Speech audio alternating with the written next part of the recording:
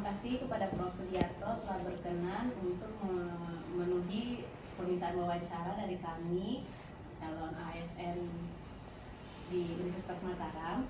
Kami ingin bertanya mengenai konsep menurut Prof. Sudiarto sendiri apa yang dimaksud dengan wawasan kebangsaan. Jadi wawasan kebangsaan itu ya, itu wawasan masing-masing bangsa ini, yang punya bangsa ini kita semua ini gitu kan ya, itu melihat bagaimana adanya satu kesatuan pemikiran, satu kesatuan pemahaman kita terhadap bangsa kita ini sendiri gitu kan ya, itu wawasan kedepannya itu bagaimana gitu ya.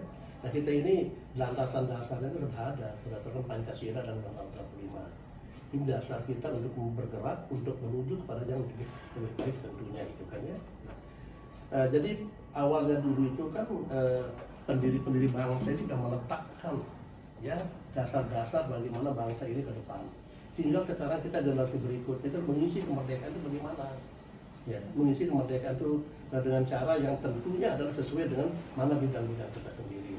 Misal sekarang ASN, katakanlah dosen umpamanya gitu kan ya, itu adalah bagaimana sekarang melihat dan mengisi kemerdekaan ini untuk bangsa ke depan ini gitu kan ya, supaya dia sesuai dengan pembukaan Undang-Undang 45 itu sendiri, mencerdaskan kehidupan bangsa itu satu di antara tugas kita itu bersama. Tugas dosen, tugas guru itulah mencerdaskan kehidupan bangsa itu sendiri. Kalau gitu Prof, saat ini ASN kita tema dalam ASN itu berakhlak. Berakhlak itu adalah kepanjangan dari berorientasi pelayanan, akuntabel, kompeten, harmonis, loyal, adaptif, dan kolaboratif. Kalau menurut Profesor Sudiarto sendiri, bagaimana kita seharusnya dosen bersikap untuk mengaplikasikan berakhlak tadi? Iya. Itu bagus sekali itu kan ya. Jadi orientasi pelayanan itu kita ini kan adalah sebagai dosen ya, tentunya memberikan pelayanan itu kepada anak-anak didik kita gitu, memberikan pelayanan pada masyarakat kita gitu sesuai dengan bidang ilmu kita masing-masing gitu. Tidak lagi sekarang itu orientasinya gitu bahwa dosen itu adalah merupakan mercusuar dalam masyarakat, tidak. Tetapi dia harus memberikan pelayanan pada masyarakat itu. Apa yang dibutuhkan oleh masyarakat, apa yang dibutuhkan oleh bangsa ini, mari kita berikan pelayanan yang baik. Itu yang pertama ya. Yang kedua itu akuntabel.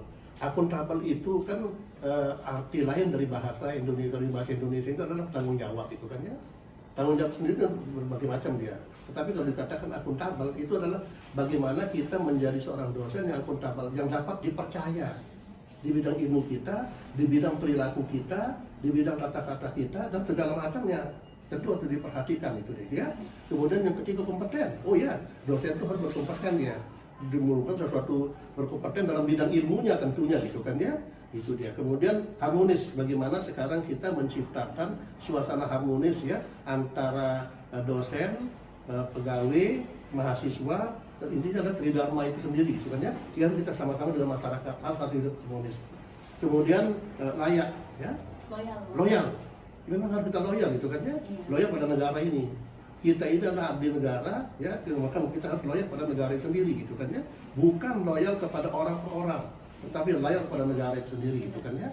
Kemudian adaptif, bagaimana kita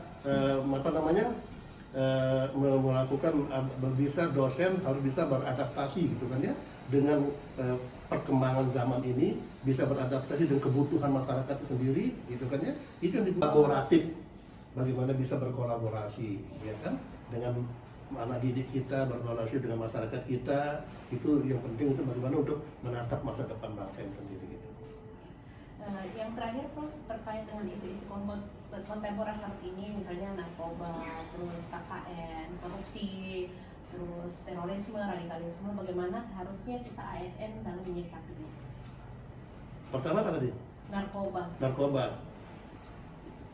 Suatu hal yang sangat naif ya, kalau dosen itu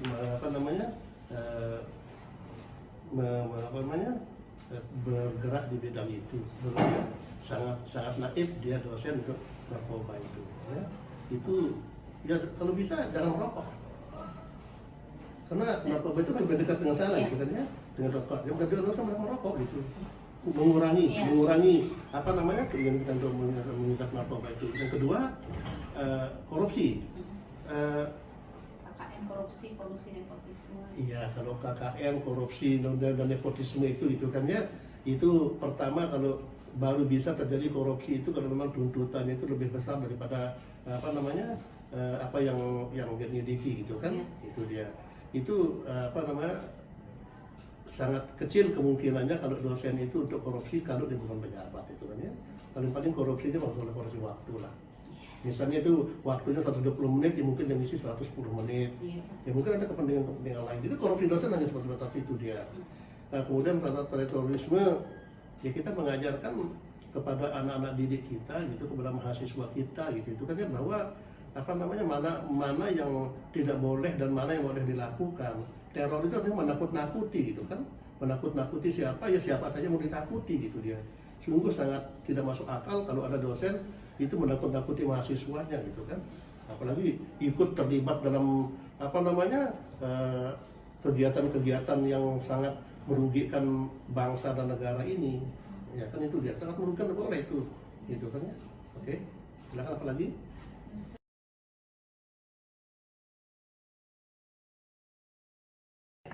Selamat siang, kami dari kelompok 2 akan melakukan wawancara mengenai isu-isu kontemporer. Pada hari ini narasumbernya adalah Kepala Prodi Farmasi, yaitu Bu Andriana. Yang ingin saya tanyakan sama Ibu adalah, menurut Ibu apa sih yang dimaksud dengan wawasan kebangsaan dan bagaimana mengaplikasikannya kita sebagai dosen berhubungan dengan konsep-konsep yang perlu dimiliki oleh ASN seperti berorientasi pelayanan, akuntabel, kompeten, harmonis, loyal, adaptif, dan kolaboratif. Oke, baik ya, terima kasih Mbak Suci. Jadi kalau kita ini wawasan kebangsaan itu kan ada 4 aspek ya, Pancasila, Undang-Undang Dasar dan sebagainya. Jadi kalau kita sebagai PNS tentunya pertama kita memang memahami dulu ya paham-paham tersebut bagaimana. Misalkan kayak Pancasila gitu ya, dari situ aja sebenarnya sudah sangat ini ya, karena Pancasila sendiri kan dibilang yang kebangsaan sudah lengkap dia ya, dari ketuhanan apa. Jadi misalkan kita benar-benar bisa menerapkan itu, kita segala sesuatu yang kita lakukan di kantor itu sesuai dengan agama yang kita anut, dan kita tidak membeda-bedakan kemanusiaan yang adil dan beradab gitu, misalkan seperti itu. Kemudian Persatuan Indonesia tidak melihat ras apapun, melayani baik sesama dosen ataupun kepada stakeholder utama kita mahasiswa, itu juga tetap tidak tebang pilih ya. Terus kerakyatan yang dipimpin nanti keadilan ya, persila keempat, keadilan itu yang memang bersikap adil, tidak menerapkan standar ganda dan segala macam, sehingga memang terbentuk keharmonisan dan keadilan sosial sama gitu. Jadi saya rasa yang bisa kita yang bisa kita terapkan itu ya seperti itu. Dan kalau diinikan dengan bela negara, kita sebagai PNS terutama di Kementerian Pendidikan ini, kita banyak juga berhubungan dengan negara-negara lain dalam penelitian, kolaborasi, segala macam. Di situ kita harus tetap bisa mempertahankan apa yang menjadi hak kita sebagai bangsa gitu. Misalkan ada penelitian dari tanaman asli Indonesia, kita juga jangan mau menjadi budak asing gitu kasarannya, sehingga kita bisa tetap nanti saat itu terpublikasi atau mendunia, memang itu adalah itu termasuk bela negara. Saya rasa bahwa seperti itu mungkin begitu ya. Kalau dikaitkan dengan analisis isu kontemporer ya Mbak, apakah ada nih isu-isu di farmasi ini yang menurut Ibu dapat membahayakan atau mengancam buat negara? Oke, baik. Sejauh ini tidak ada gitu ya, karena alhamdulillah seperti terorisme dan apa segala macam, hoax pun paling hoax terkait dunia pendidikan yang bisa kita tangkal ya, dengan cara meningkatkan literasi baik dari dosen maupun mahasiswa gitu. Terus kalau komunikasi mungkin itu menjadi salah satu ini ya, karena di sini semua berdasarkan komunikasi, jadi mungkin memang ada perbedaan cara, terus gap mungkin ya dari kita dosen, misalkan saya ada golongan tua gitu ya, terus dengan anak-anak muda banyak, jadi kayaknya banyak nggak nyambungnya. Saya misalkan dari Gen Z ke generasi strawberry gitu yang sekarang itu, jadi memang kita juga perlu mencari biar tidak ada kesenjangan gitu aja sih, seperti itu. Mungkin demikian. Terima kasih atas waktunya ya Bu.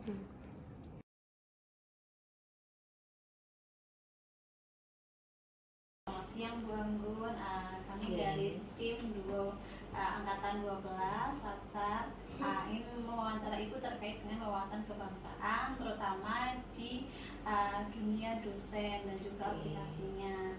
Nah, yang pertama, menurut Ibu wawasan kebangsaan itu apa ya?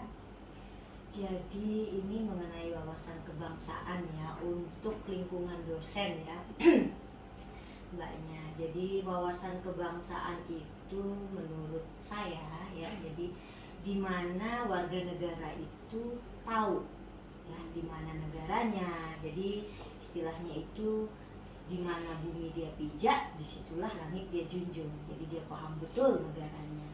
Seperti itu. Ya. Kemudian Bu, terkait dengan bela negara, Ya. bagaimana seharusnya dosen itu melakukan bela negara seperti itu? Bela negara ya.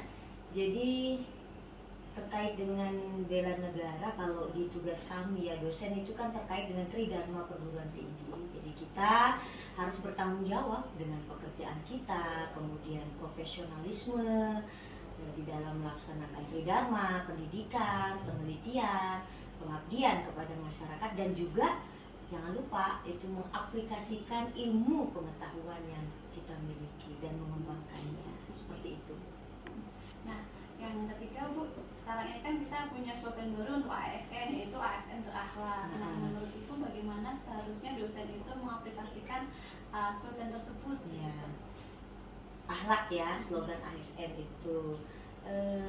Kami untuk mengaplikasikan, jadi karena kami ini pelayan ya, melayani mahasiswa dan juga sivitas akademika, jadi kita harus memberikan pelayanan yang sebaik mungkin, pelayanan yang prima, dan juga jangan lupa kita harus menjaga harmonitas dengan rekan sejawat kita dan juga loyal terhadap NKRI, Negara Kesatuan Republik Indonesia. Seperti itu, Mbak. Ya. Yang terakhir Bu, nah Ya. sekarang ini kan banyak sekali hal yang viral, Mm-mm. namun belum tentu itu tuh baik nih kan. Ya. Bisa menimbulkan isu-isu kontemporer seperti narkoba, Ya. terus juga korupsi, terus juga hoax dan lain sebagainya. Menurut Ibu bagaimana peran dosen dalam mengantisipasi isu-isu kontemporer tersebut? Jadi jelas kalau untuk isu-isu itu kan harus tetap kita soundingkan di anak-anak, di mahasiswa. Jangankan mahasiswa, dosen juga harus tetap disosialisasikan, diajak untuk tidak melakukan hal tersebut. Dan jika ada istilahnya aksi dari pemerintah ya kita ikuti gitu. Seperti ini contohnya pada hari Jumat tanggal 29 ya, 9 Juli itu kan ada aksi nasional untuk isu tersebut. Jadi kita dosen juga akan diuji, dites gitu di rektorat, di universitas. Nah, terkait dengan isu tersebut. Jadi tidak hanya mahasiswa, jadi kita juga dosen ya sebaiknya menjauhi itu dan mengajak mahasiswa kita untuk menjauhi itu. Saya kira seperti itu. Terima kasih Bu atas waktunya. Oke, ya. Sama-sama.